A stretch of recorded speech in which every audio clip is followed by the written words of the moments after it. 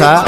गलिया के दिल पहले जियल मुश्किल कंपले न मिलेला।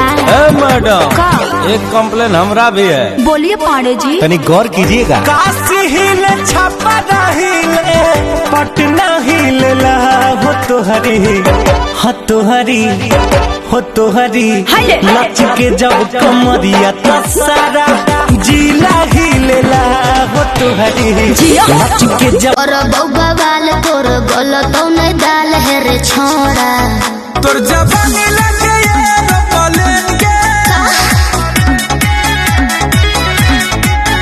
तोर जवानी लगे ये पलेंगे बिना तेल के जरे बोला देंगे। अच्छा बिना तेल के जरे बोला देखनी हदिल पता आइल हदिल तू तो इंस्टा पर ट्रेंड करेला रहिले टराई में कबोरी पलाई में नंबर न सेंड करेला।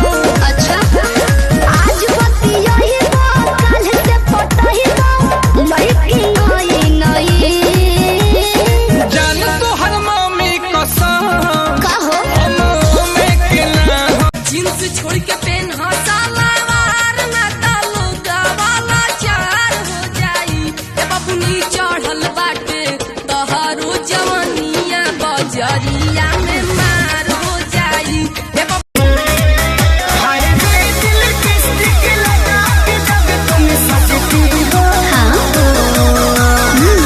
माँ कसम सवाल लगती हो।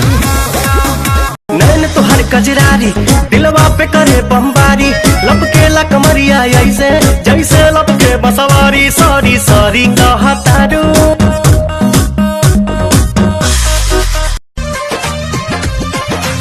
आनंद नहीं खे बात हमारी बहुत सतावता बेरी बेरी धोके हमारे नाच बैठा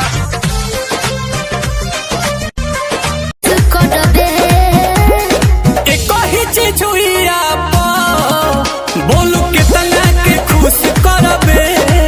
मैडम क्या है? एक मिनट। बड़ी हंसा में समाते और प्यारे है सनम बड़ी हंसा में समाते और प्यारे है सनम हम तुम्हारे हैं सनम हम तुम्हारे हैं सनम। पंडित बुलाइब काशी से आज सोइया डराई बरफियल छोड़ब तो सुन कोलंबिया है खलासी सब होखे हुनर में हरारू चाहे सुना भोला पुजरौर गोड़ चाहे जचड़ा चकोर भोला पुजरौर गोड़ चाहे जचड़ा चकोर नहीं दहेज में मंगले पर चूना सब होखे हुनर में हरारू चाहे सुना। सब सुख बाटे हमरा एको ही के दुख बा गवना कराला हाली तने के भूख बा। अबे बहिया में कसी के सोइया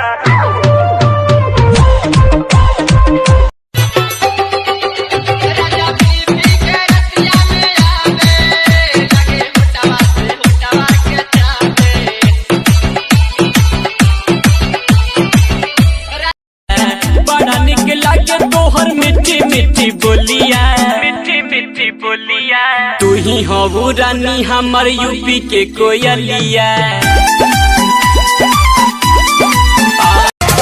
ओहे पुरवैया हवा घुसेला समीज में होता गुदगुदी हमरा भीतरी के गोरे गोरे गलिया पतिल करिया